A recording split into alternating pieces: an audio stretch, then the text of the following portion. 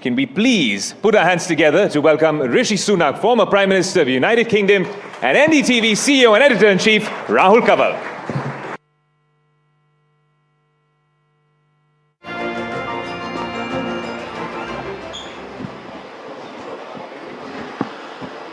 Our next guest at the NDTV Ind.AI Summit, who spent the last several minutes being mobbed by very important people for selfies and a quick conversation, ran one of the world's most consequential democracies, and then walked straight to the nerve center of the AI revolution. Rishi Sunak served as Prime Minister of the United Kingdom, convened the world's first AI safety summit. In fact, what we're seeing in New Delhi at this moment, ladies and gentlemen, is an extension of a brainchild of the man I have on the stage. Can we have a warm round of applause for Rishi Sunak, please? Mr. Sunak serves as a senior advisor for both Microsoft and Anthropic, two of the world's most important companies defining the intelligence age at this moment. He's also a distinguished fellow at Stanford's Hoover Institution. He sits at a rare intersection, a man who once had his finger on the regulatory trigger, now helping companies that may need to be regulated. Mr. Sunak, welcome. You've led a G7 country at a time when artificial intelligence moved from theory to statecraft, where AI is not just about innovation, but about jobs, national security, elections, and even trust. Let's kickstart this conversation by getting you to talk about how you've seen this journey from Bletchley Park, where you set up the first AI safety summit, then to Paris, and now 2026 New Delhi, where Prime Minister Modi is convening the AI Global Impact Summit. How have you seen this technological needle move and this global conversation about how society should be looking at artificial intelligence? Thanks, Rahul. Good afternoon, everybody. And thanks for taking me back to that moment, because I came into Downing Street, and one of the things that happens is the foreign affairs team sit down with you, and then they go through your calendar for the next year. And then you realize just quite how many international summits there are. There's literally a summit for almost anything that you can think of under the sun. There were about 150, and they wanted me to go to all of them. Now, obviously, I couldn't do that. But I noticed that there wasn't a dedicated forum for leaders to come together to talk about AI. Now, informed by my time at Stanford, I was of the belief that this is going to be the most transformational thing that happens in our lifetimes. And we're lucky to live at a time that a general purpose technology comes along, because that's what AI is. And general purpose technologies have the ability to reshape our entire countries, economies, societies, with huge policy implications. And that's why I thought it was right to bring leaders together to discuss this topic on a regular basis. But crucially, and you hinted at it in your introduction, I wanted to do this differently to the typical G7, G20, because I thought it was important that the companies developing this technology were in the room. Because unlike previous iterations, it was the companies that were at the frontier. They're the ones that are deploying billions, if not hundreds of billions of dollars. This year, 20 times more being spent by these companies than the entire Manhattan Project, if you think about that major investment by the US. So I thought you had to bring all these groups together to walk through all the issues. That's what we did at Bletchley Park in the UK, and then from South Korea, Paris, and now India, which seems to me a very natural place to be having this conversation to cover all the topics that you touched on, because we're at this particular moment where, and I'll end on this, where I think the AI debate has moved from technology to strategy, from talking about the tools to talking about what countries are doing with these tools to have an impact in their societies. Since you advise some of the world's leading AI companies, if you were advising the Indian government and the Indian people at this moment, how should India be looking at leveraging the AI age? Now, there are two ways that are being debated widely. One is that India must spend a lot of energy trying to build the use case layer of AI. The other is India must invest more deeply in the foundational systems on which AI models are based. Given your particular very unique lens, how should India be looking at the forces that are upon us at the moment? I think India has recognized that leadership in technology doesn't depend just on inventing the technology. It depends on how effectively you deploy it in your country. So by focusing on mass adoption, I think supported by a very deep talent pool here, a strong digital public infrastructure, and a public that's very supportive and optimistic of the technology, I think India is well positioned to take a leadership role in AI. Indeed, I think that is increasingly reflected in some of the global rankings of these things. You mentioned I was associated with Stanford. Stanford do, I think, the most authoritative ranking of AI superpowers around the world, and India just went into third place, which I think is indicative that this strategy is working and India is assuming its rightful place as an AI superpower. Given the speed at which technology is changing, how should society be looking at the issue of regulating AI? Because you're also a former prime minister in a room full of AI engineers, and society has compulsions which are very different from the motives that drive these AI companies, many of which are obviously driven by profit. What can we do? Because by the time our members of parliament and other people in government even determine what's at play and what they need to regulate, the next models are out which are very different from what they were planning for a few weeks ago. Yeah, I think, Rahul, you make an excellent point, which is, you said, you're a kind of politician in a room full of engineers. And it's a fair point, because much to my parents' great disappointment, I didn't have a STEM degree, which they were sad about. But it was something that my team brought up. When we hosted that first summit, and we were inviting all the leading frontier labs, and we were going to have these conversations, and one of them made the same point to me. It was like, are you going to be able to really keep up with the technical discussions that are going to happen here? And I said to this person, I said, you know what, my wife's uncle is a astrophysics professor at Caltech. My mother-in-law was one of the first female engineers at Telco. My brother-in-law is a computer scientist, and my father-in-law founded a software company. I said, if I can keep up with them at family dinner, I can probably handle the summit discussions. So it was good training. It was good training for that. But I think you touched on a genuine concern. And if I look around the world, there are varying attitudes towards AI. I mean, here in India, there's enormous optimism and trust, whereas in the West, I think the dominant feeling is one of anxiety. And I think closing that confidence gap is now not just a technical issue, but it's a policy issue. And if I think then about, well, how? I think it's the public sector where this battle for trust in AI is going to be won or lost. I think when citizens experience themselves better healthcare, faster government services, a more efficient interaction with the state, I think that's when this debate about trust in AI goes from abstract to reality, and that's how you can win people over to trusting the technology.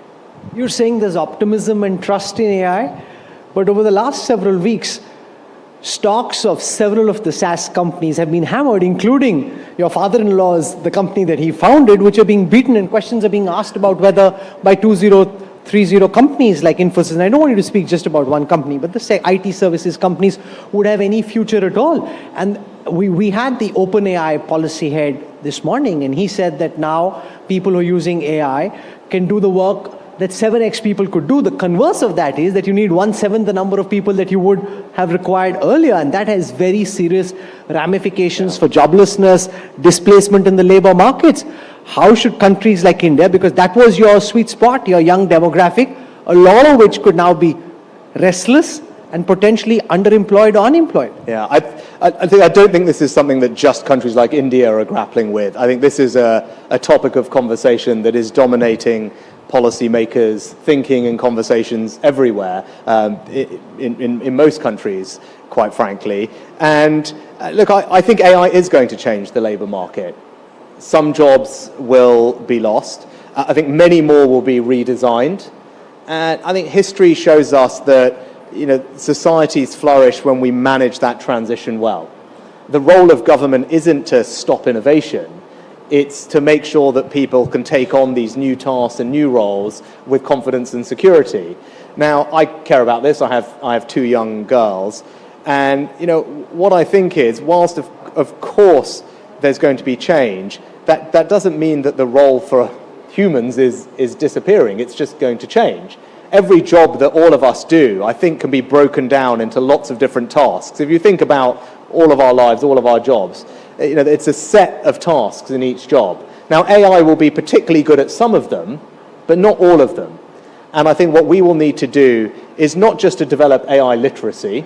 So all of us, at whatever stage in our careers we are, will need to develop an ability to use these tools, but we'll need to also just amp up those human skills that only we can bring, that judgment, that critical thinking, not so much the what, but knowing the why, and what how to critique the results of what comes back at you. I think these are a distinct set of skills that will always be relevant in a changing job market. I'm not sure I agree with your response, because you're saying some jobs will be impacted. I heard Dario at Davos, where he made the point that more than half the white-collar jobs, anybody who's working on a computer or working with tech, a lot of the code that they're currently writing, and that's happening at Anthropic as well, where he's constantly saying that we're not writing as much code as we need to do. So it's not some jobs. This could be mass displacement, potentially of a kind we haven't seen, and this isn't necessarily several years out into the future. According to Anthropic, this could happen in a couple of years. Yeah, so if you look back at history, I think so the conversation that we just had, what you just said, you could probably find someone saying something very similar at multiple points in our history when some new technological revolution came along. I think there's I saw somewhere a clip of, when Excel first came out, everyone thought that would be the end of accountants. And I'm sure if I did a show of hands in this room, there's probably more accountants today than there were back then, or bookkeepers. So Excel didn't do away with accountants or bookkeepers. It just created probably many more things for them to do. And actually MIT have done an interesting study on this point about the fact that over time technology creates new opportunities that we can't think of at the time. And that's quite hard for us to imagine. But they've looked at all the jobs that are in existence today and have concluded that around 60% or so didn't exist half a century ago. And I think that's just something to bear in mind. Even if we can't quite see how it's going to develop, history would tell you that technology has been able to create new jobs over time as we discover new things to do. Now, that said, I do think there is reason to be cautious. Now, some of the most dangerous words in the English language are this time it's different, but there are credible people who think it might be different this time because of the wide-ranging application of AI. And that's why I think policymakers need to think about this very seriously. They need to be thinking about upskilling their populations to make sure that they're AI literate. I think we need to reimagine our education systems, that were designed to train you in a singular fashion for one job that you would then do for your career. That's gone, and we need to be able to iterate and learn throughout our careers. And I think the other thing we're going to need to learn how to do is to work with AI, work with agents. And one thing that I think my children will have to do, which will be very different from what I had to do, is at a very young age, when they enter the job market, they will be managers. Now, most people in their 20s don't manage other people, but I think today and tomorrow's 20-year-olds will be managing AI agents to help them accomplish their work and their tasks. Give us insights from your own personal life. What are you doing with this battery of agents, and how are they different from your staff at 10 Downing Street? You mean, how am I using AI? Yeah, probably like many of you, I'm using it to help me make better decisions, to help me be better informed, so I can exercise hopefully better judgment when I make those decisions in the way that probably many of us are using these tools. But they also have, I think quite good personal application. Actually, just very recently, my wife was away with you the other weekend. She was fantastic. Thank you. You're a star. She was a bigger star. Many of my colleagues were there at the NDTV Art Awards, and interestingly, it happened right here in this hotel. Oh, really? Okay. Okay. Yeah. So this story will be relevant then. So when she was setting off to come and spend a couple of days with you, and so I was doing my solo parenting that weekend at home in Yorkshire, and she said, our younger one, Anushka, has got a physics test, make sure you revise with her, because that's normally what she would do, and make sure she does well. And at that point, I was a bit stressed because I went through my in-laws. You know my in-laws. I thought, their definition of what doing well on a physics test is probably a little bit higher than mine, especially seeing as I haven't done any physics since I was 16. But anyway, I was very worried. But then Claude came to the rescue. So I put my daughter's revision test into Claude, and it prepared basically a teaching guide for me. So it could teach me how to teach her in plain English that I could understand. All the answers and the explanatory notes. And then at the end of it, it created a kind of 4-page revision handout for her of key concepts that she could take into her test the next week. And I thought at the end of that, and then she, thankfully she did well on the test. Or so she tells me. Papa passed the test. Yeah, well, yeah, so I said, if AI can turn me into a Murthy family level physics tutor, there is nothing that it can't do. So at that moment, I felt very optimistic about where we're heading. Artificial general intelligence is now going from the realm of science fiction to near-term possibility. And again, Anthropic has been saying that this could happen within the next 2 years. There's a big debate between Google DeepMind and Anthropic about the timelines, but if it is, say, 2 years away, what should governments like India, according to you, be doing, which they're not doing at this moment, to deal with the reality of a situation where artificial intelligence and machines are more intelligent than humans and can do things smarter than humans? Yeah, I think this is something that has become a more acute topic in the last couple of months, because when I first got into the job as PM, and we talked about it at the summit, at that point there was a skepticism about whether the pace of AI development would actually continue. The so-called scaling laws, where the more data, compute, and algorithm that you put in, the better the output of the models. And there was a skepticism that relationship would carry on going in the exponential way that it was. What's actually been the case over the last few years is not only that relationship held, and we've seen that continued development, but as you, I think, hinted in your question, Rahul, it seems to be accelerating over the last few months. And if you talk to Demis from DeepMind, or Dario, or I was just with Alexander Wang from Meta, all of them would say the same thing, that they've noticed this acceleration and this so-called recursive self-improvement, where the models are improving at a faster rate than previously. And the reason they are doing that is because they are able to use AI to help them build the next model. And that is the kind of key thing that has changed. So I think your observation is right. We're at this point of, it seems, acceleration. And that takes me back to the first summit, where I said it's important that we give people confidence that this technology is safe.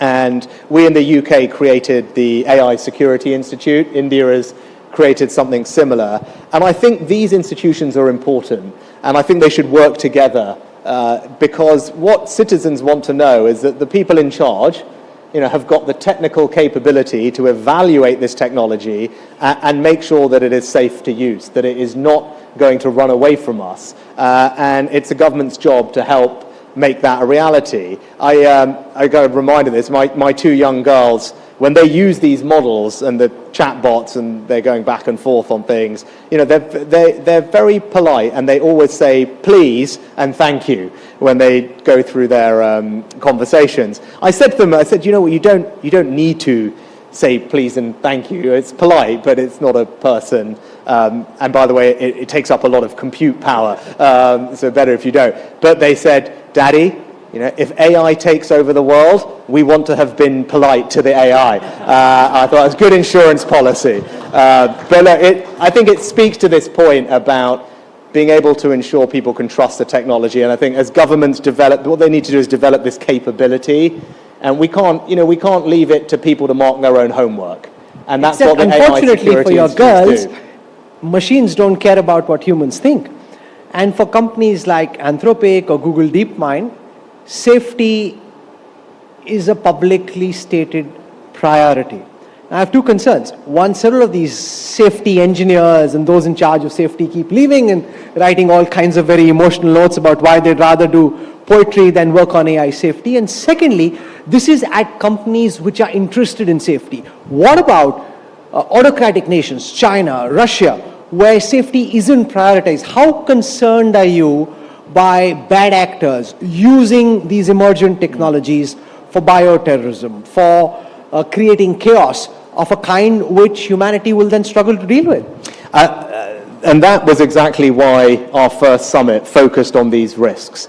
This new technology was coming along. I think everyone could see that it was going to be able to do lots of incredible things, but people worried about exactly that. There were always bad actors in the world who were going to use tools for ends that none of us would agree with or support. And that's why I think it's critical that governments have that independent capability to evaluate the safety of these models. And actually only governments can do some of that. When you talked about some of those risks, they're national security risks. Cyber, bio, chemical, nuclear, radiological. Our security services, intelligence services, defense services, they have a particular expertise and capability in understanding what those risks are. And certainly in the UK, we ensure that those people work with that institute to do the testing on all these models, to make sure that we're on top of any vulnerabilities and can talk to the companies about fixing them. And so far that has worked well. And the companies have cooperated. You're right to say, look, we can't control what everyone does in every part of the world, which is why I think forums like this are so important. India bringing together people from all over the world at these summits gives us that opportunity to talk to other countries about how they're dealing with these things, share best practice, and hopefully over time have a bit more global collaboration on this important issue. You've said that AI is not just a race between China and the United States, that adoption matters as much as frontier development. India is investing a lot in artificial intelligence, and we've seen the kind of interest there was with people wanting to get into Bharat Mandapam. You saw the best and the worst of India all at the same time. But do you think India has a genuine shot at being a shaper, a player in this AI universe?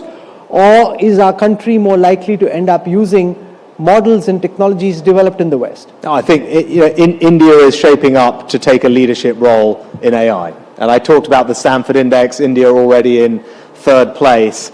But then just look what sits underneath that. What are the strengths, the assets that India is bringing to the table? First is a very deep talent pool, right? Just the sheer number of highly skilled AI literate engineers here dwarfs almost anywhere else in the world. So that's a huge competitive advantage. The second thing is digital public infrastructure. Right? I don't need to tell all of you, but you should know just how special and distinctive that DPI is. The combination of Aadhaar, UPI, and then the Ayushman Bharat health accounts now, provide a distribution rail where you can build applications that can serve over 1 billion people. I mean, that is pretty extraordinary. And then you combine that with the incredible innovative ecosystem that you've got here, which you talked about, the energy at the summit yesterday, all that young, hungry talent, and as we talked about earlier on, a population that is very supportive and optimistic about the technology. Those are differentiating strengths. And I think as we talked about, India's recognized that leadership in technology is not just about inventing it, it's about deploying it effectively in your country. And India's focus on this mass adoption, building on those strengths, is why it is in the leadership position that it is today. You wrote in the Wall Street Journal that democratic countries need to come together to work on a collective AI framework so that authoritarian systems don't take over. There's also been conversation about the need for a Bretton Woods framework around artificial intelligence. But then the reality of the world is that Donald Trump is president of the United States, and we're seeing what he's doing with existing frameworks and guardrails. What trust can countries like India have in investing in a global AI framework when current frameworks, multilateral frameworks built after the Second World War, are themselves in peril? Yeah, it's certainly the case that the old multilateral order that we knew is gone, and we haven't quite figured out what we're transitioning to, which makes this a unpredictable and challenging time, as you mentioned, Rahul. But I think actually India is positioned well to succeed in that new world. Just think what's happened in the past few weeks and months. India's signed free trade deals, not just with my country, the UK, but also the EU. That is a sign of countries getting together and maintaining those close relationships, in fact, deepening them in the face of a US which is approaching those same issues slightly differently, if I can put it that way, to it has in the past. And again, this summit, the fact that India is convening all these people in a multilateral way to discuss these issues, I think is a positive sign. But if I could maybe touch on another thing which gives me some optimism about this, it's, Prime Minister Modi's theme for this summit, or one of them, is impact. And if I think about what makes me excited about AI and how will it bring countries closer together, it's because AI doesn't just raise the ceiling. I think AI can lift the floor.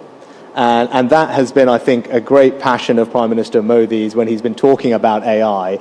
And I happen to think that AI is going to be one of the most uplifting, democratizing forces that humanity has seen. And if you think about these incredible global public goods, healthcare, education, right? And then if I add on to that agriculture, which is something that in many developing countries is core to giving people a better standard of living, in those three areas, AI is about to transform them for the better, so that countries that today are further behind are going to be able to leapfrog and catch up and overtake others and deliver an enormously increased standard of living to their citizens. The flip side of that is that power gets concentrated in the hands of a few tech oligarchs, largely out of San Francisco. But I don't think that has to be the case. And if you look at the applications that are being developed here, and look at the types of models that are being used, whether they're open source or others that you can build them on, these are designed to work in actually a very low-cost way. Right? The agricultural innovations that we're seeing with AI are designed to work on a farmer's phone without some super high-falutin laptop or broadband connection, but to give him the improvement in yield, reduced crop cycle times, water usage that you couldn't dream of before. Similarly in education. And I happen to think that's one of the most powerful ways to lift people up. But now the ability to have personalized tutoring at low cost for millions and millions of children everywhere, or healthcare provided in the most rural parts of Africa or India at the same quality that you would get in big cities in developed countries, that is extraordinary. And I think this is to your point about multilateralism. I think there will be an enormous number of countries that will want to work together on delivering those outcomes. And actually the conversations at this summit being led by India are on that topic. And it's so good that that topic is getting focus. I mean, AI, as I said, should be one of the most uplifting, democratizing forces that we have seen in our entire lifetimes. And I think it's unsurprising, indeed quite natural, that India wants to take a lead in making that a reality for countries around the world. You invited China to Bletchley Park. Some consider that to be bold diplomacy. Some consider that to be naivete. Since 2023, tech tensions between China and Washington have largely gone up. And we're already seeing data decoupling happening to a great extent. Do you think cooperation between democracies and autocracies on AI is still possible? Or are we looking at a very definitive fracture which splits the world into two AI universes? I'm an optimist, so I'd like to believe that it is possible. And if you look at what's happened in the past, I mean, particularly around the issue of nuclear weapons, you've seen dialogue that was able to happen between geopolitical rivals. And hopefully that gives us some encouragement and optimism that it will be possible in the future as well. I think it would be positive. And as to why I invited China to the summit, I thought dialogue was important. I think this is the defining technology of our time.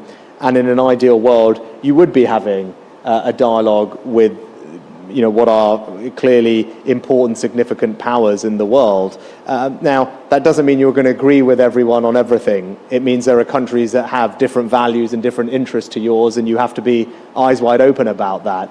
But I think the principle of dialogue to understand and try and come to some common understanding, I think is one that we should continue to pursue. You've been Prime Minister, technocrat, Prime Minister, advisor to different tech companies. Given what's happening with the politics of the United Kingdom, is going back or trying to go back to 10 Downing Street still on your list of agentic tasks? Is that something you've given up on? No, I mean, I'm still very happily a member of Parliament.